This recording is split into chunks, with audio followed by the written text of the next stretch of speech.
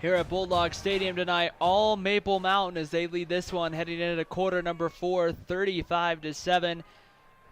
Maple Mountain looking right now to kind of turn everything around. One final push for the postseason.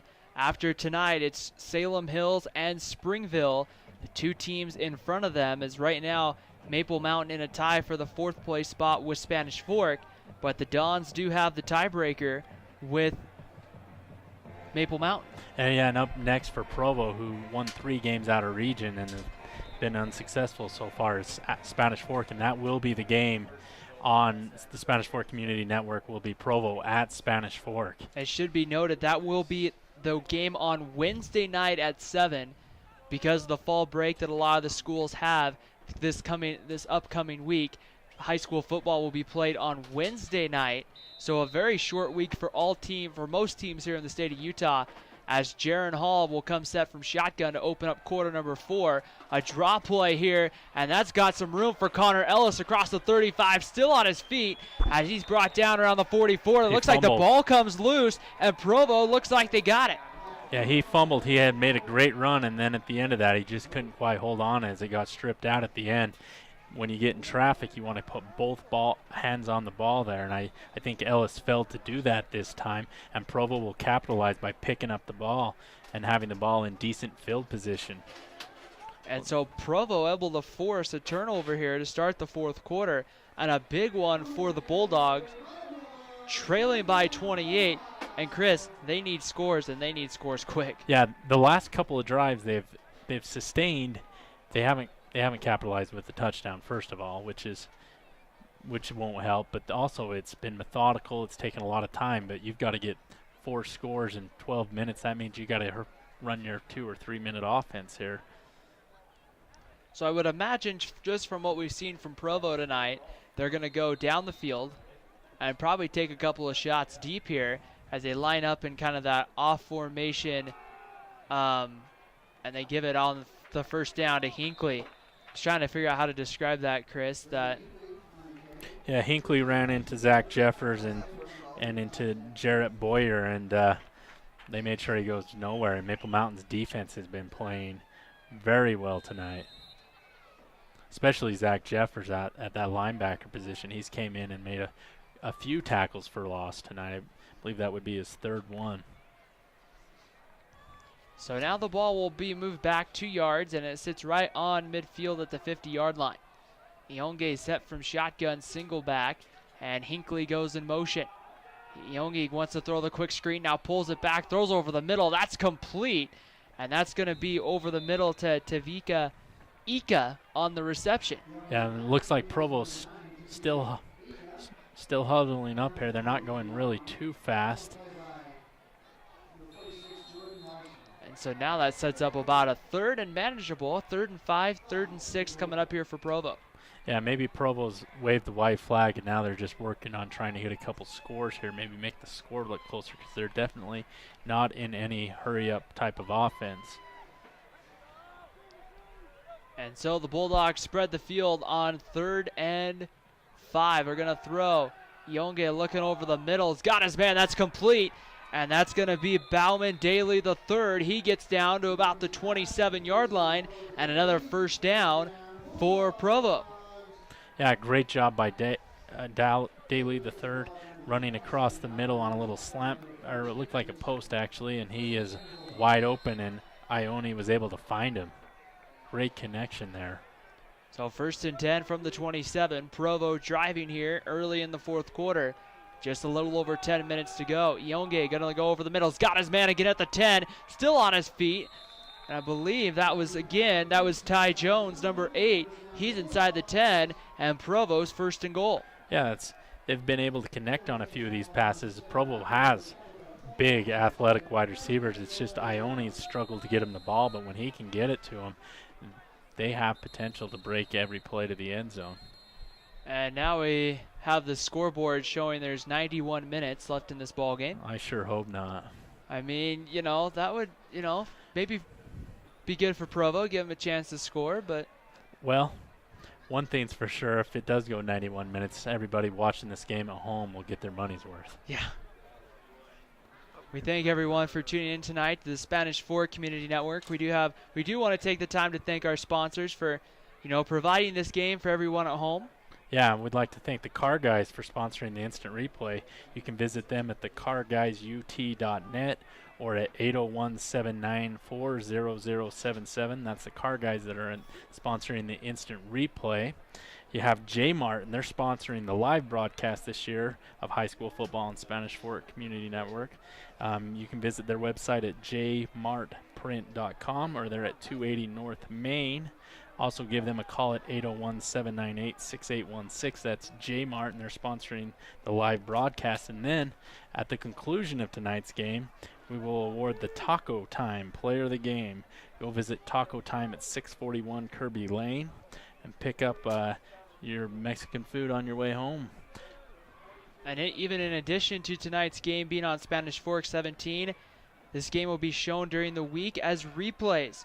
You can see these games on YouTube. Spanish Fork 17 has a YouTube channel that has many of the big games, including football, soccer, volleyball, and a lot more available on demand on YouTube.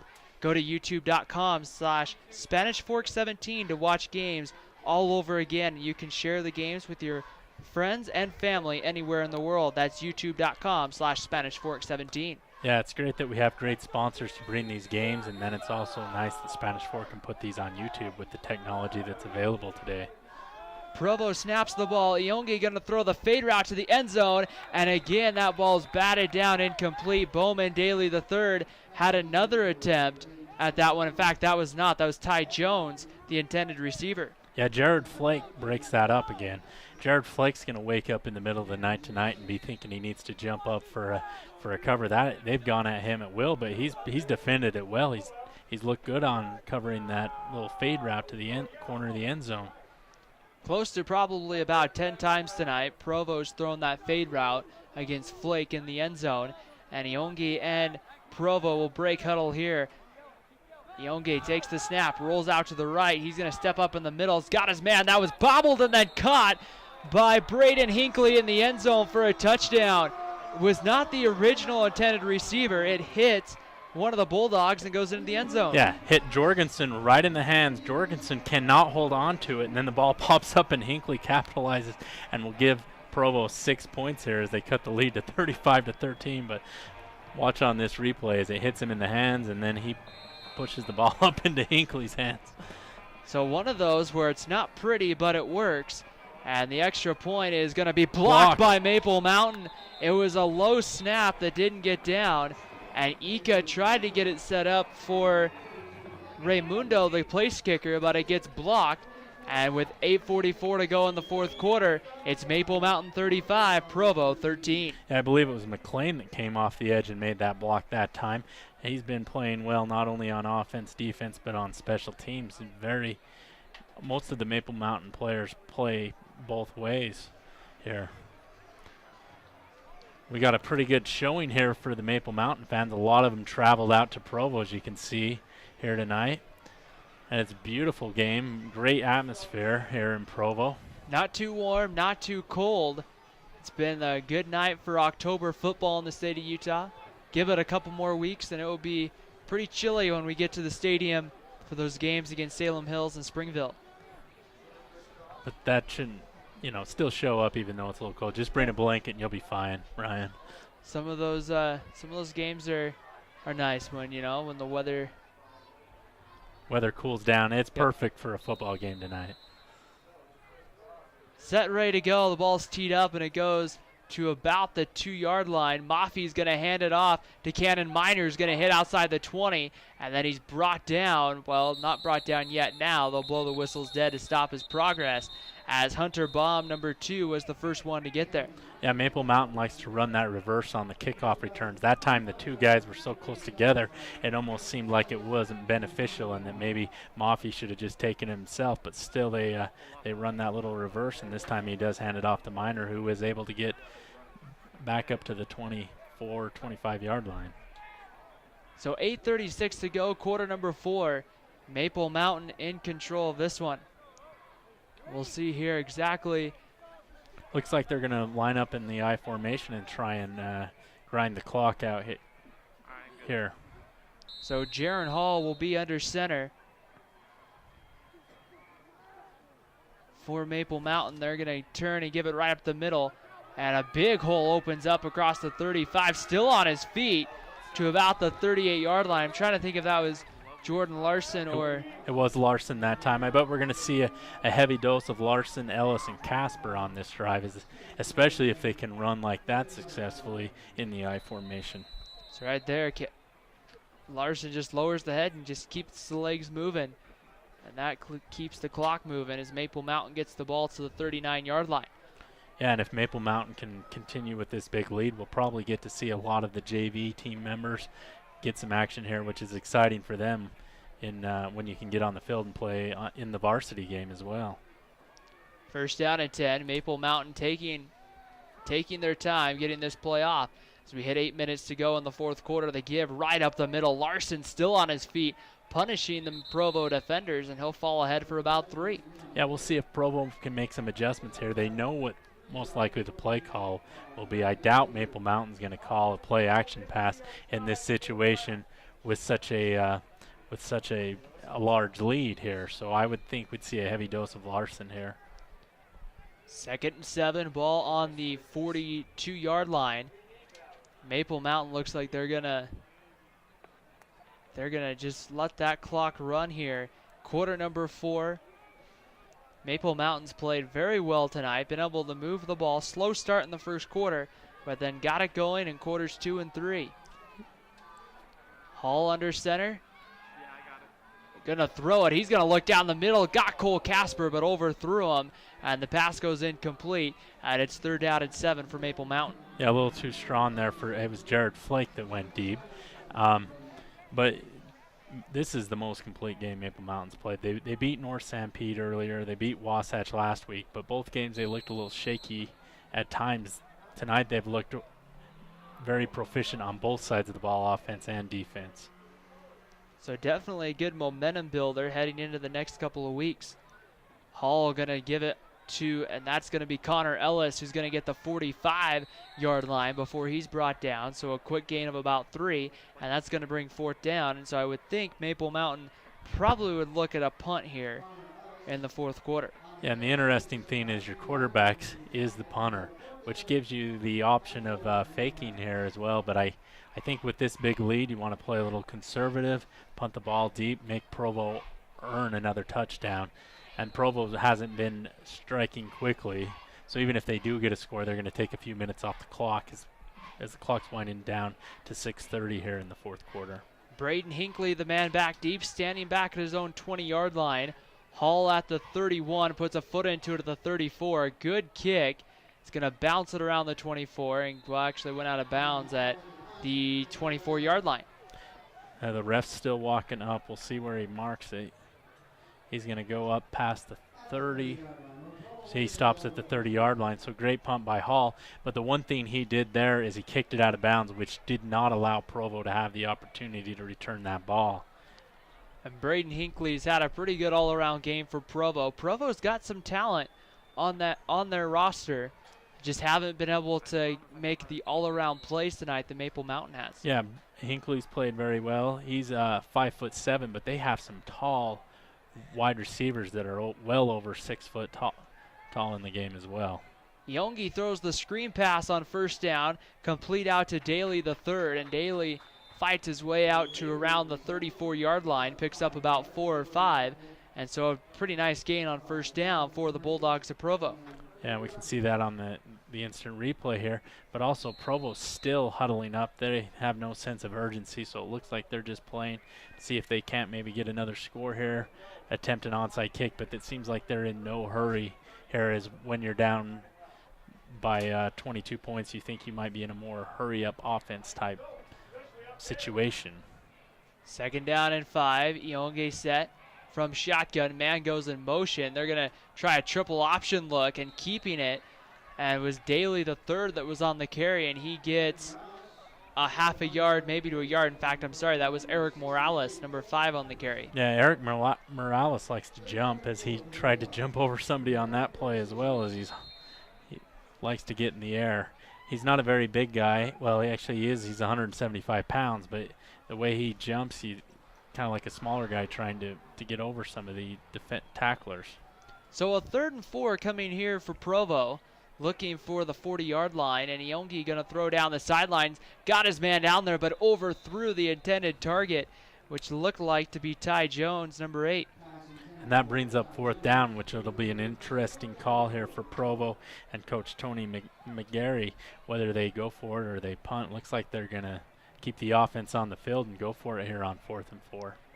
4:55 to go in the 4th quarter, and ball game very easily on the line here for Provo. A first down would give Maple Mountain the football in pretty good territory late in this one. Yeah, Provo, they've been huddling up. They have no sense of urgency. It's kind of odd when you see a team down this far. Usually they kind of hurry the offense up a little bit. Iongi set from shotgun, quick screen in the middle. That's complete, and that's Daly the third out across the 40 to the 44-yard line, and that's a first down for Provo. Yeah, great job by Provo to pick up that 4th down conversion, and they'll fight to try and get another touchdown on the board here before giving the ball up to Maple Mountain. But if you're Maple Mountain, it looks like they've cleared the bench here. They have a lot of reserve guys, and Provo still has their first string on there. It'll be interesting to see how this matchup works out. Iongi back to throw, looking in the slot. Got his man on the slant route. That's Ty Jones. Jones all the way down into Maple Mountain territory to the 29-yard line, and it's first down for Provo. Yeah. As we can see, everybody on the defense is second string guys. At what point do you try and put the first string guys back in, or do they think it's that far out of hand that they're just going to keep the backups? And I guess our question's answered as I see the starting defensive line rush back onto the field. So 4:16 to go. Provo trying to cut into this lead. Iongi going to throw at the out routes. Got his man, and that's Bowman Daly the third, and he is wrapped up by about 10 of maybe the 11 Golden Eagles on the field. Made the stop after he gets to about the 20-yard line, and that's going to be close to another first down.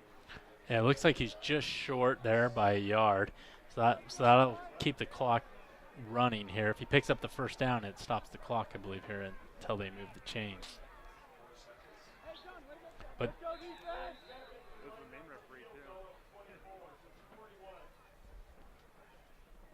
so 2nd and 1 from the 21. Provo breaks their huddle here.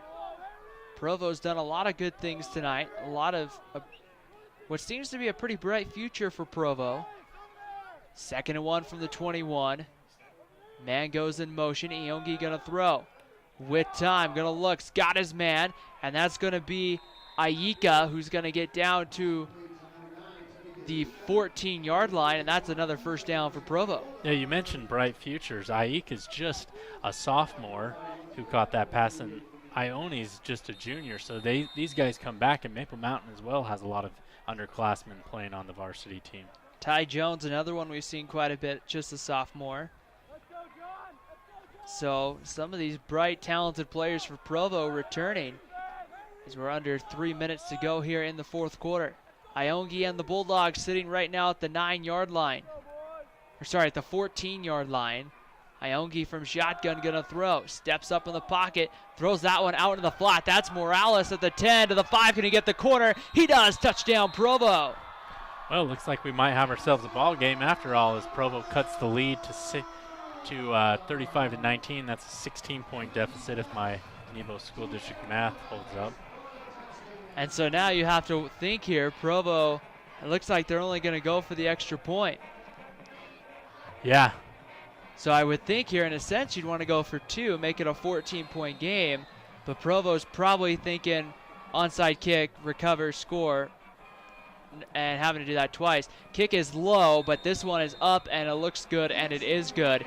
And with 2:33 to go in the 4th quarter, it's Maple Mountain 30, Provo 20. Yeah, so they're down 15, so they're going to need 2 scores. They're obviously going to do an onside kick here. If they can pick that up and somehow score quickly, you go for 2. I wonder at what point do you go for 2? Do you go for it on the next drive or on the on the last one and just go for the extra point. But either way, they put themselves back in the ball game, and Maple Mountain's second string was unable to stop Provo that time. I'm not sure, but I think I just heard Wasatch is leading Spanish Fork. That would be a huge help for Maple Mountain's playoff shots, but also Spanish Fork, that'd be a tough loss as Wasatch has struggled in region. The only win Wasatch had was against Provo, and so that's a game you'd expect Spanish Fork to win. So again, that's not official, just kind of what I've been hearing. So ball's teed up on the 40. Provo goes to the onside kicks. Flags fly as immediately picking it up. And flags flew before, so I think it's going to be a procedure on the kick that will require a re-kick. But yeah, and they should let that play go. And if Maple Mountain does recover it like they did, then they should get the option to return it. But here in high school, once you run off sides or there's any sort of procedure penalty, they blow the play dead.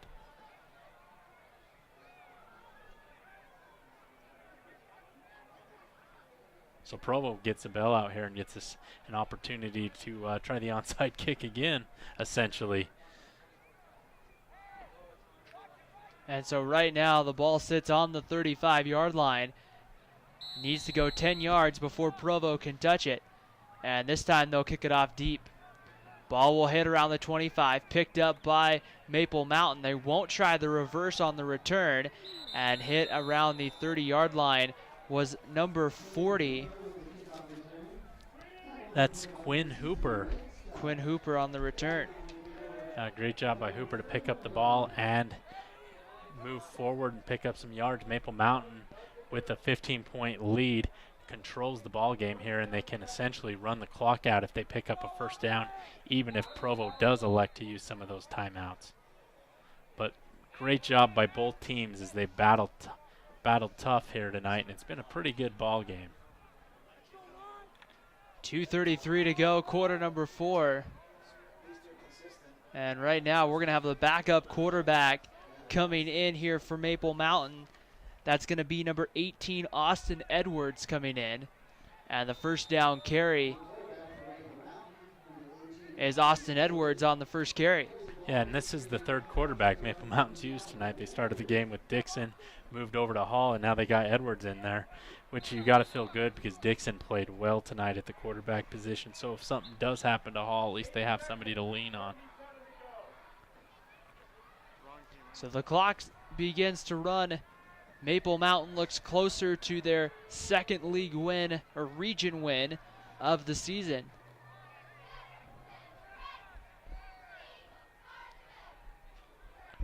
Yeah, they just hold the ball here, and they'll run the clock out if possible. Did you notice the ball carrier that time has a different jersey than everybody else?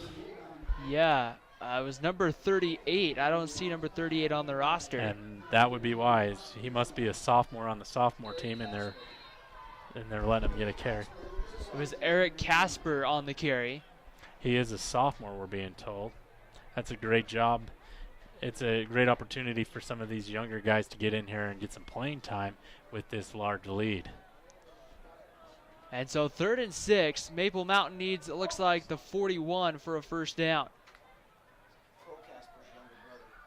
And Edwards set from the shotgun.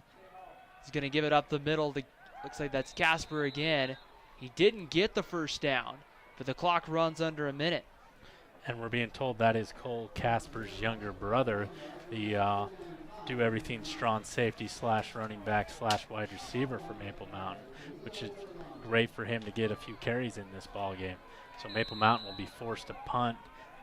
Provo will get the ball with less than 10, 20 seconds to go, so they won't have much time left in this ball game to do anything. And it looks like Maple Mountain will come out of this game victorious and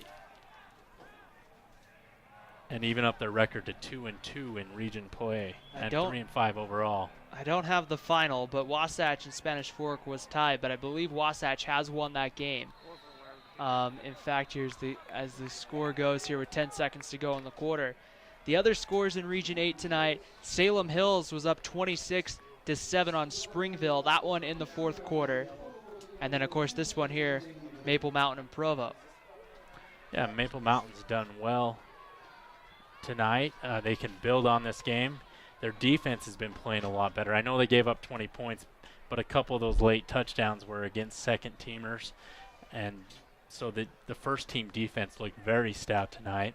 The offense has been able to move the ball well, and tonight was no exception, so they can build upon that when they face Salem Hills, which Salem Hills has been playing a lot better football this season. So 10 seconds to go in the quarter. Yonge and the Provo Bulldogs looking to try to maybe cut this one to a 7-point defeat. The throw over the middle is complete to Aika, who gets his way to the 30-yard line for a gain of about 4. And that will be the final play of the quarter. And your final score from Bulldog Stadium in Provo, Maple Mountain 35, Provo 20. And Chris, as you look at this, probably, like you said earlier, the best all-around game for Maple Mountain. They take that one into Salem Hills next week with some big confidence heading into a game that's going to be very big for their playoff future. Yeah, and especially if Spanish Fork lost, that would put them with a half a game or a game lead up on Spanish Fork and puts them in the driver's seat that most likely they just win one of the next two and they'll be in the playoffs. Now, it doesn't look like, unless they beat Springville, that they could move up to that third spot.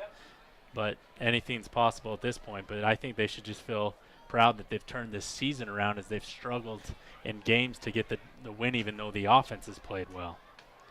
Definitely a big thing here, Chris. We have to do the Taco Time Player of the Game. Who are you going with as tonight's Taco Time Player of the Game? Let's go with number 32. That is Gavin McLean, He's a senior wide receiver, defensive back. He had an interception early. He also caught a touchdown pass, but from his cornerback or safety position, he played well and was part of that stout defense in stopping Provo tonight. So we're going to give the Taco Time Player of the Game to number 32, Gavin McLean. So Gavin McLean, the Taco Time Player of the Game. Once again, our final score here from Bulldog Stadium, it's Maple Mountain 35 and Provo 20. Stay tuned here on the Spanish Fork Community Network for next Wednesday night, where Spanish Fork 17 will be broadcasting the Spanish Fork high school football game. They'll be taking on these Provo Bulldogs, and that will be a Wednesday night game at 7 o'clock. It will be right here on Spanish Fork 17 starting at 7 p.m.